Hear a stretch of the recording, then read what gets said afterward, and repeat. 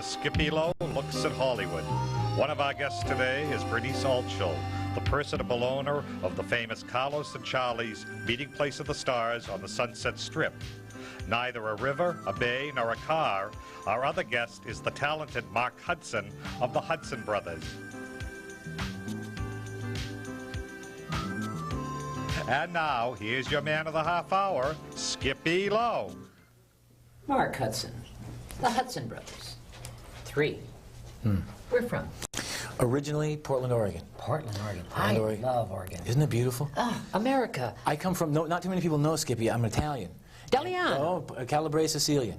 Hey, Bella. Love Bella. it. And the thing is, my family migrated obviously from New York to Pennsylvania, and during Prohibition years, this kind of little scoop here, right. The whole West Coast for bootlegging was Tacoma, Washington, Portland, Oregon, San Francisco, and San Diego. My family, Italian, moved from Pennsylvania to Portland, Oregon, and there's actually an area in Portland called Brooklyn, if you can believe it or not. I believe it, I believe it, but you know something, Mark?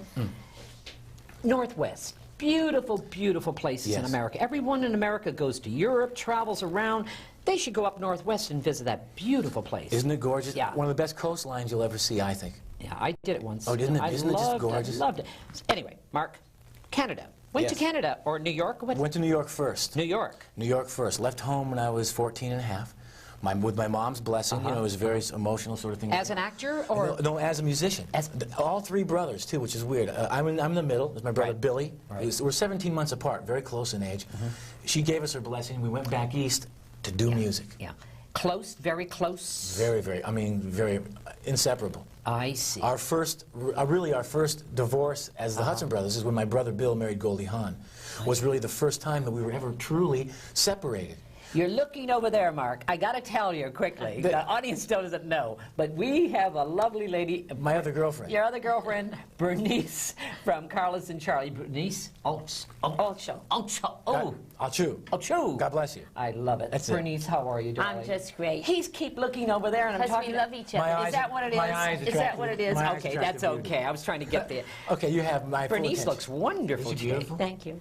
Where the stars meet, where that wonderful Carlos and Charlie's fun place. Isn't it a fun place? It's great. I'm there all the time. You want to find me, Carlos and Charlie? Oh, yeah, it's great. I got to talk to. Okay, so the Hudson Brothers moved to New York, and then what happened? Failed miserably. Yeah. We were too young, too green. It's all the paying your dues stories. Right. We came back to my mom in Oregon, got us back to health. Let's try Los Angeles, Hollywood. Why not?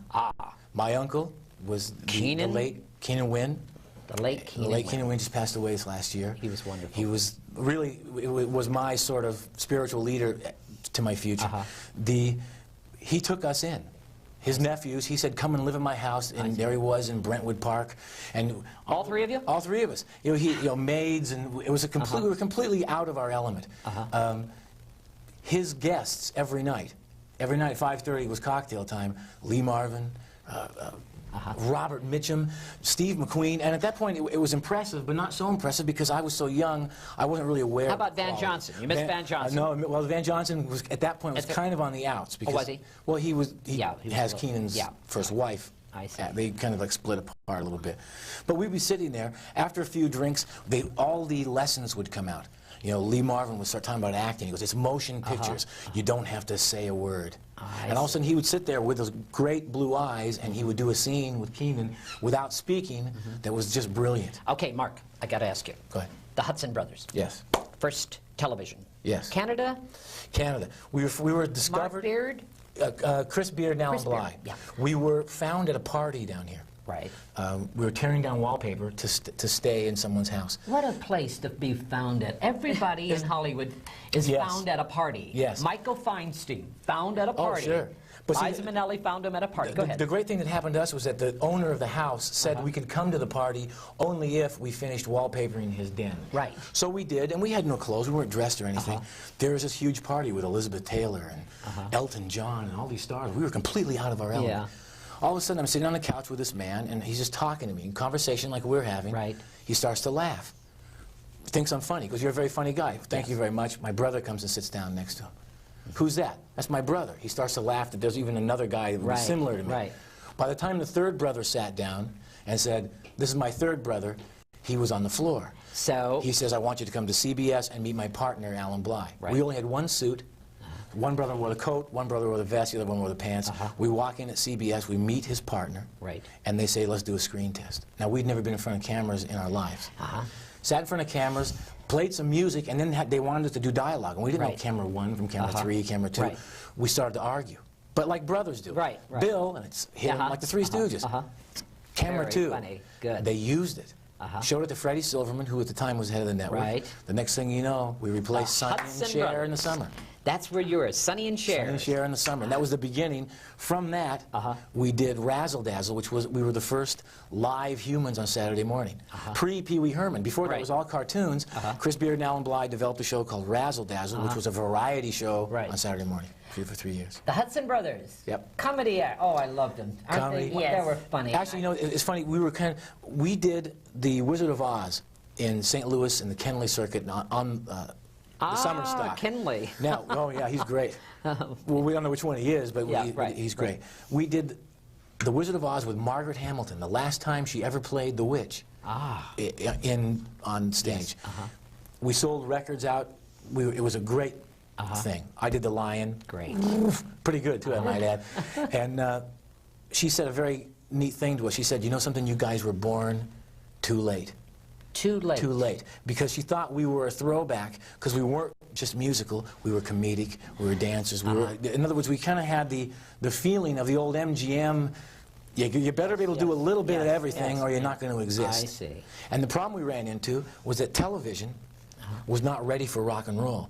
Because television would see us play rock and roll and they'd say, well, they're comedians, why are they doing rock and roll? And then the music world would see us do television and say, why are they doing television when they're a rock band? So it kind of became a dichotomy.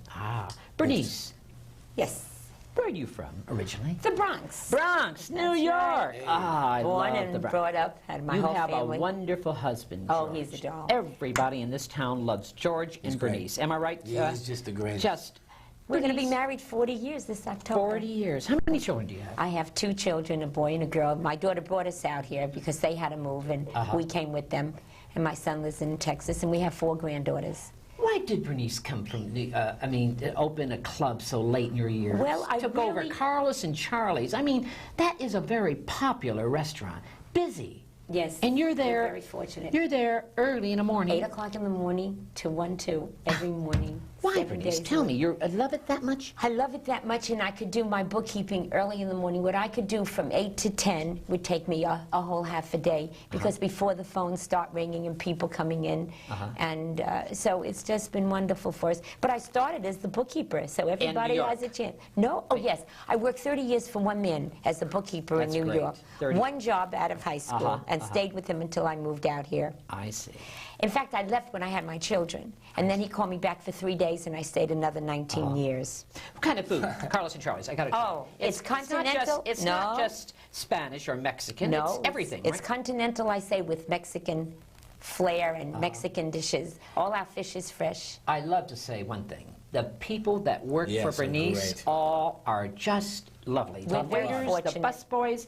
I mean, We're like a family. It is a family, isn't it? Yes, and everybody feels very warm and welcome the minute they come in the door. It's actually fun to go there. What I notice is you go there, like, you get this feeling of, it's not just being in a restaurant, that these guys, they greet you and sit you down, and then you, yourself and George, it's almost like you feel you could go in there with a dirty T-shirt and tennis shoes and feel like you're having a meal at your aunt's or your uncle's house. Yes, true. It's great. But the birthday, everyone who goes there for their birthday, all the waiters Come out. My daughter, she had her Sweet 16. Did she? Oh, yes. It's a good place for a birthday party, isn't it? Yes, we have our terrace room, which is just great. And we have wonderful wrap parties, all kinds of parties. Now you have something here on a Monday Weddings night. also. We've had weddings there with the rabbi and the minister performing the ceremonies. I love it.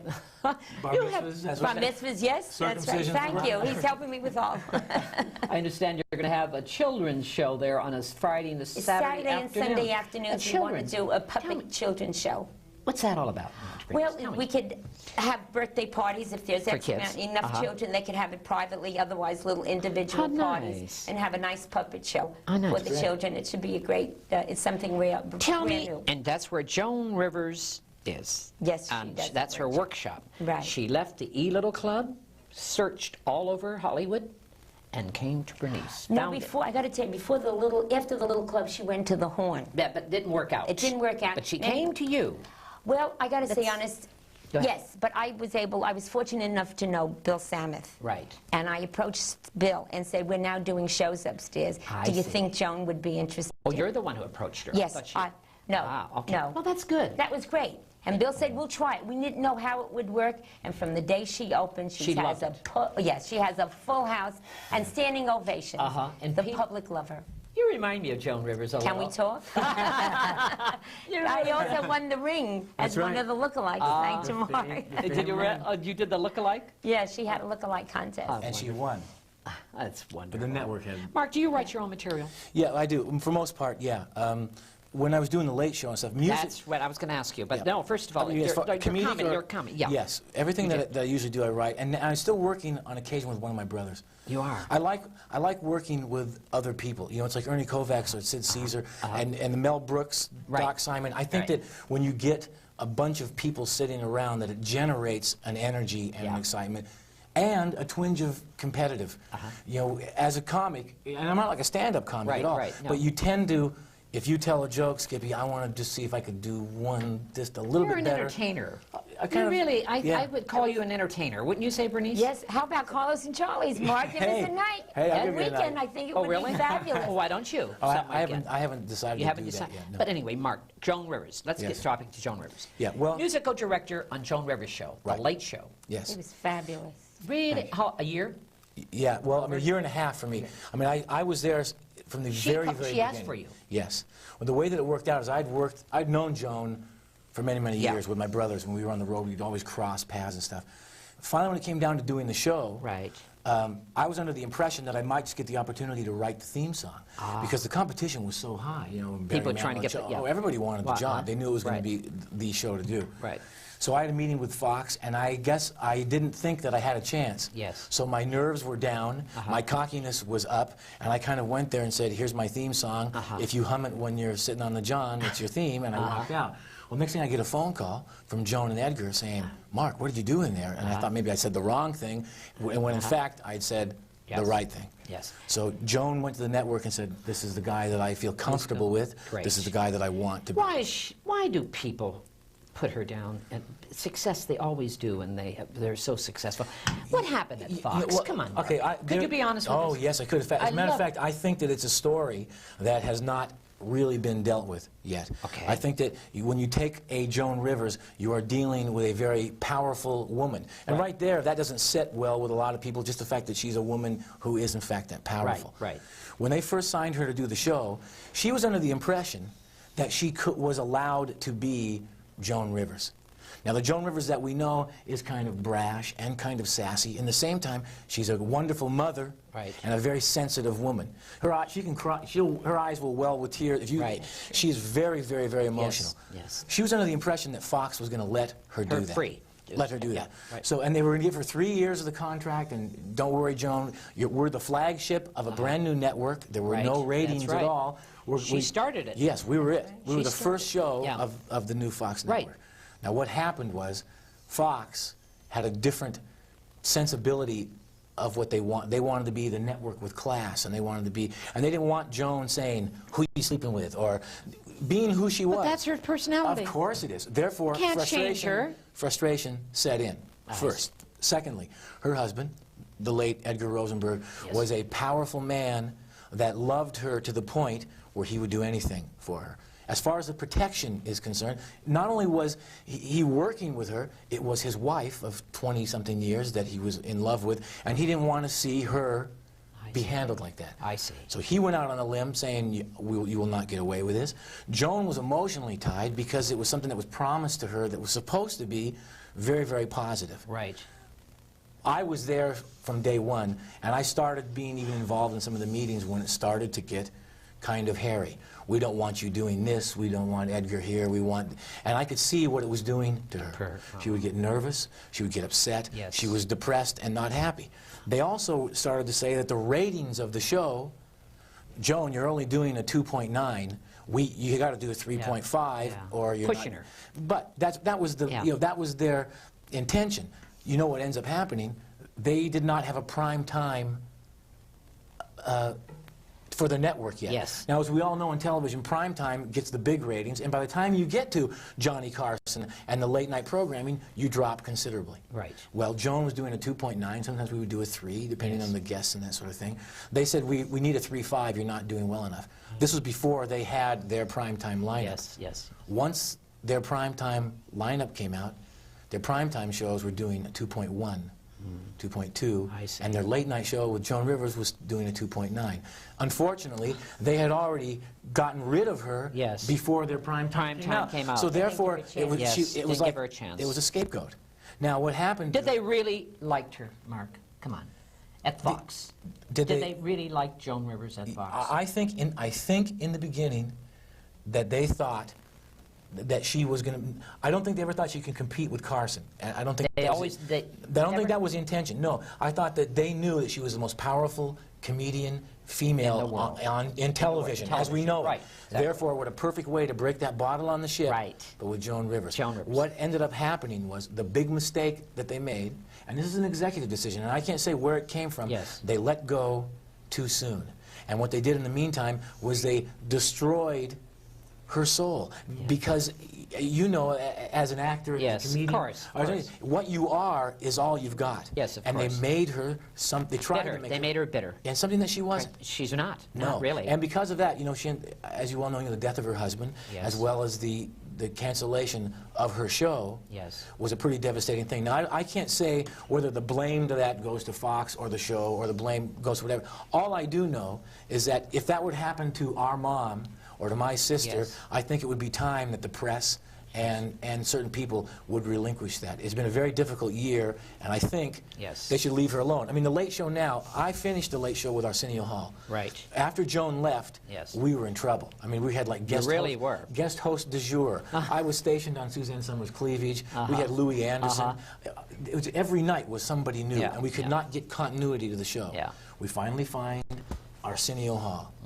He was good. Oh, he was great. He was young, he was hip, he was innovative. But they didn't like him, though. No, 13. They gave him. This is what happened. They said to him, "I'll tell you, we as a staff. The bad thing is about networks, when a show isn't working, they'll fire the set director and they'll say the show didn't work because of the set director, as opposed to the original concept, which probably is the network executives. I'm shocked that a head has not rolled at Fox yet. Has not rolled yet. In the meantime, they get Arsenio Hall, and they say, well, Barry Sand is coming out to do from New York, the infamous Wilton North Report, which lasted 3 weeks. Yeah, dreadful. And they said, you guys are off the air anyway, and this is the truth. They left us alone for 13 weeks. Fox executives, they were at lunch. And that show with Arsenio Hall that we did was virtually all of us. And at the end, they tried to get him. He was ready to do a movie with Eddie Murphy. Didn't want to do it. And now the show they've got, they have Jim and Tammy Baker, and they're exploiting her eyelashes. And Jim and Tammy Baker have the gall to talk about their pain and sorrow. I saw it. You want pain and sorrow? Talk to Joan Rivers about her last year, and you'll see there's true pain and sorrow. Whether my eyelashes... She really is. Mark, she really is hurt. Yes, she is. And I got to tell you something, and I would say this to an audience. You know, she's a very tough woman. She's a very lovable woman. She's everything that I... Why do we Americans crush people like that? Why do we do that? Why? Do you know why, Bernice? No, I don't think there's really a reason for it. But look where she is now. She's doing Broadway, and she's happy as a lark. You know her very well, Bernice, don't you? Well, working with her has been... She's a woman that expects nothing. She comes in as big as she is, all ready to go on, asks very little. And I think... here is giving her an opportunity to act and perform on people that can't afford to go to see her in Vegas. You know, and put her in another wonderful line. No, you know what else it's really done too? What? It's the healing process. You have a husband who has passed away. You have a show that's been canceled. You have everybody in America looking at you to make that next wrong move, not the next right move. You know, they don't want that right move. No, my Uncle Keenan. They always like that wrong move on someone. You're right. My Uncle Keenan's dad, who was Edwin, would always say, they only know you by your last failure. And they don't want to remember the good stuff. But Joan Rivers now has, I think, and I hope, that she's made a very good decision. She's gotten out of that house, her life with the Late Show. She's gone to New York. She's gone to New York. Where New York is happening. And, and also another great thing, and I hope it works for her, she's taken a step to do something. She's not the brash comedian standing up in mono against an audience. She's not doing a late night show. She's not doing Vegas. She's become an actress in a Neil Simon venue, and it's a complete rebirth. And all I can say is I know that New York loves her. You know, the show was just about to go to, we were going to go to New York with the Late Show, and New York loves Joan Rivers with a passion. That Late Show went to New York would be the biggest hit ever on television with Joan Rivers, because that's her audience. Well, she's finding that See, now. the audience in California are not Joan Rivers audiences. No. They're not. No. They're not hip enough. They're not. Right. It's not hip enough. I don't want to use that word, hip enough. They don't have the electricity that New York They has. I think it's excitement. They don't know. You're right. Not, you know what it is, they Skippy? don't It's know. a They're life not aware. A life outlook. You know, here you go to a baseball game, you don't get Cracker Jacks and a hot dog. Yes. You get Perrier. And Perrier. avocados. Isn't that corny? Oh, of course it it's is. so corny. In New York, you have the telephone and the cars. You see, but when you look at Joan Rivers, she talks like we do. Yeah. It's yada yada yada, a mile a minute. Hey, you talking to me or what? It's New York. And all of a sudden here, it's like, oh, totally. Isn't it Joan, corny? and it's a They don't complete- know. No. They don't know. They're all plastic. Everyone's plastic don't. here, and I They're really missing out. They should don't go. want to miss Everyone New should York, go to New guys. York. You know what it comes I down? really want to, what is it? You know what it comes down to? I think that we live in a mono weather vein. In other words, right now we're sitting here in whatever month. It could be March. Yeah. It can be December. It can be Same. anything. Same. It's always the same. It is one. Same. It's the same thing. I like that Four Seasons. Oh, are you kidding? I love it. When the leaves Connecticut, turn. I love it. Oh, isn't it Don't you beautiful? miss New York, Bernice? You've been here how many years now?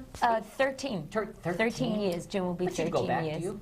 Do you go I go back occasionally. We're going to see Joan for her opening. We're Her flying opening. back. When does it open? June 20th. Yeah. June 20th. We're going back. Oh, I bet you're And, excited. Yes, and she's we so are. excited. You know, I just think, you know, in closing about her, I get kind of emotional about the subject because not only am I a personal friend of hers, you know, her manager Billy is a Yes. very good friend of all of Yeah. ours, and I knew Edgar, and I knew that Edgar. What kind of man was Edgar? Well, you see, some people, it works two ways. Believe me, I had my ups and downs and my ins and outs with him. Right. But you know something? He had one thing in mind. This is my wife. And I'm going to protect her, no matter what. And you know something? He protected her from me or from anyone else that would get too close. And you might take that as being tough. Yeah. Sometimes But they it's say, not tough. Hey, they No, say Francis not at Ford Coppola is tough. You know why he's tough? Because he knows what he wants. Edgar Rosenberg knew Joan Rivers. Barbara and Streisand knows what she wants. And you might say that that's difficult, but when the difficult, but it final isn't. result comes out, and it's Joan Rivers being that funny and that great, whatever it was that Edgar Rosenberg was, he made a lot of enemies, but he also had a lot of friends. Yeah. And for the few friends that we all can cherish, if they truly know you, everyone else is just an acquaintance. How did she pack that room in Carlos and Charlie's? I mean, California, but a lot of Easterns came to see her up there, didn't Yes, they? it's a mixed. It's a mix? It's a mixed group. We have Some, everybody. you know, some outrageous, you know, in nightclubs, she becomes a little, because nightclubs, you can do it and get away with Yes, it. she You does. understand? No, she does. And I love it. I think, well, Yes. she's, you know. She gets a standing ovation every night. The people just love her. Do they? Yes, and Right. and she's now also asks, do you want to know anything? She answers questions at the end of her show. She does. And yes, she does. And you have Timothy Leary there also. Oh, yes. Timothy Leary Oh, doing a comedy act at Carlos and Charlie's upstairs. And on computers. He works with computers. Is that what he does? He talks. Yeah. Isn't that interesting? Yes. Yes, it Timothy is very, Leary. very- That's fine. You know, another thing about Joan, too, she's very experimental. You know, she comes from a second city sort of sensibility. Right. So you're dealing with a woman, and I got to work with her. She did a Showtime special on Heidi Bromwitz, which they didn't like the director, and she asked me. I ended up directing the special for her. And in working with her, and this was the whole different way, you know, working with her as the sidekick musician was one thing, but being there as a director and hearing her concepts and her jokes, you're dealing with a woman who is truly progressive. I mean, I compare her, and I've said this in the press before, to a combination of Nancy Reagan and Lenny Bruce, which is a classy sort of woman who can get down and really be pretty... I worked with her. Oh, did I had you? Well, I had the showcase at the E Little Club when I first arrived from Vietnam. Yeah. And 73, her and I were at the E Little Club together, 74, 75, whatever. And we were there for a while until it closed. She used to work Fridays and Saturdays, did her showcase before she moved to Carlos and Charlie's. I had the showcase on Sundays and Mondays there, my talent showcase. Right. That's where I brought Yaka Shmerinoff. I had Michael Feinstein started with me. I had them all there started. great. Loretta Holloway, they all started with me there. And it was a lot of fun then, those days. Yeah, we see, you know, I think that what we're starting to miss now in Hollywood in general, and this is not just necessarily in the music world, I think that we're missing this in the acting world as well. I like to read up. You know, obviously, with my uncle being Keenan Wayne, You are an actor, too. Oh, yes. In fact, as a matter of fact, the series that I did called Sarah, Right. For Gary David Goldberg on right. NBC is coming back starting June 1st. Oh, it is coming at 9:30 on NBC. I mean, it's reruns, but they're going to re-show the 14. I remember show. that, Mark. Yeah, That I was played good. the next door neighbor. It was wonderful, Mark. Yeah, wonderful. It's going to be reissued now, probably because of the writer strike, I'm sure. But you know, the cast was Gina Davis, who's now gone on to do great film, Beetlejuice and The Fly. So you do like to do acting? Oh yes, Is that your first love? Well, I don't really think I have one. I think that you said an entertainer. I think that if I could do a love scene and then as I'm holding the girl in my arms, singing her a song, it's like a throwback. You have a great face. I think your face, I think, marvelous. Well, actually, marvelous a face. lot of people. Comedy, if you're a good comedian, you're a good dramatic actor. It always works that way. Is that true? You find it. As a matter of fact, you know, my brother Brett he's another fan of yours. He does an imitation of you, which I have to send you. Really? It's very what's the best form of flattery is when someone's doing it. I understand. He does an imitation of you that is amazing. In fact, I practiced to do the show with my brother Brett being you. I'll have to send you a tape of it because it's very, very good. Brother married to Goldie Hawn. Goldie Hawn. He's my oldest brother, Bill. Bill. They were married for 6.5 years, 2 children. People always get me confused too, like, you know. Because they think you were married. said I Mark was thought you were married. Go ahead. No, I wasn't married, and I've never slept with her either. Never slept with her. No, she never asked me, but I will if she just calls me. And you know, never too late. No, Never too late. possibility. Bernice, what's happening at Carlos and Charlie's now? I mean, children, you're going to have children? We have the Children's Theater. We do a lot of wonderful showcasing. We'll have you every Sunday night, nights, which right, is I'm just there great. Sunday. Because I feel there's so much talent out there. We have on Wednesday night Rocket Entertainment. Rocket, And- yeah. On and Wednesdays, yeah. Yes, and we have great comedians and singers. In fact, Lloyd Pat- Coleman books he's- the room. Yes, he produces it. And- And in fact, June 1st, I'm going to be the announcer. You're Would you like some material I love for it. me? Okay, fine. Bernice is going to co-host the Rocket Show. I think it's wonderful. I'll I'll be be the there. announcer That's for the night. That's another That's very nice. important thing. There's a lot of talented people in this industry, and that goes from actors to writers to musicians. Right. And I find that it's so cliquish that it's very, very difficult sometimes to break through. And I think that people like yourself, Skippy, as well as you, Bernice, there are so many. Sometimes you see that one young kid, that one smiling face, or that one idea that could turn the smallest person into a huge Married. star. Married. My Wonderful wife. Yes. Children? How Bernice many is- children? 2 that I know about. 2, huh? I have 2 girls, Sarah and Melanie. Sarah. You named the girl Yes, Sarah. And the problem, you know, I'm going through is being an Italian that I am. I suffer from terminal sort of. You parli italiano? Oh yeah, Right, you do. more, I understand more than I speak. Me all the too, I dirty do words. too, My I do too. grandfather and grandmother. I know all the swearing. I have a daughter now at 16 years old, and she's beautiful. And I'm thinking, Melanie, who had a sweet Right. 16 at Bernice's, and I don't want her to date guys like me. So I have this sort of like, anyone that comes to the house, it's, hello, Mr. Hudson, sir. Like, totally, we're just going to the movies. Oh, no, you're not. I know exactly where you're going. So I'm dealing with that as a father, even though I consider myself hip. I'll be